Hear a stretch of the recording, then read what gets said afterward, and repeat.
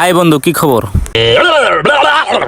বাবা বন্ধুর দিয়ে পুটকির মধ্যে তা উড়ে গেছে গা। হ্যালো বন্ধুরা, আজকে আর এক কাণ্ড। ক্যামেরা অন হওয়ার আগে আমি হিরো। সো ফাইনালি আমি গেতাইছি বহুত দিন পরে নদীর পারে। মানে বহুত দিন ধরে ভাবতাইছি যে আমি নদীর পারে যাবো। মানে নদীর পাড়ের যেটা পরিবেশ খুব সুন্দর, একদম ডাইরেক্ট মনোমুগ্ধ করে তোলে। আর নদীর পারে যাওয়ার আগে সামনে পেলাম ধান খেত। আর ধান খেত গোনা দেখে আমার খুবই ভালো লাগলো, তাই আর কি আপনাদের দেখার জন্য সুবিধা করে দিলাম। আর ওই যে দেখেন সূর্য মামা, মানে পলানের টাইম হয়েছে আর কি। আর পলান অবস্থায় নদীর পারে নীরব জায়গায় কার কার ভালো লাগে বসে থাকতে কমেন্টে জানাবেন প্লিজ। আর ফাইনালি লক পেয়ে গেলাম গাঙ্গু মহিদুল ভাইয়ের লগে। আর ও আমার বন্ধু গুনারে বাইতে নিয়ে গেতাইছে। হাই বন্ধু, কি খবর?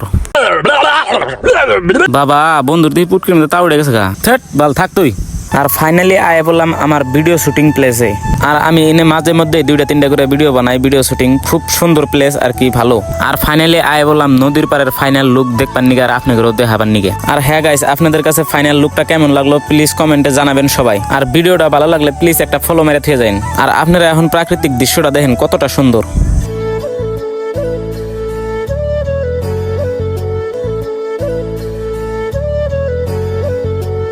বাই দ্য ওয়ে, আজকের ব্লগটা এই তৈরি, দেখা হবে নেক্সট ব্লগে।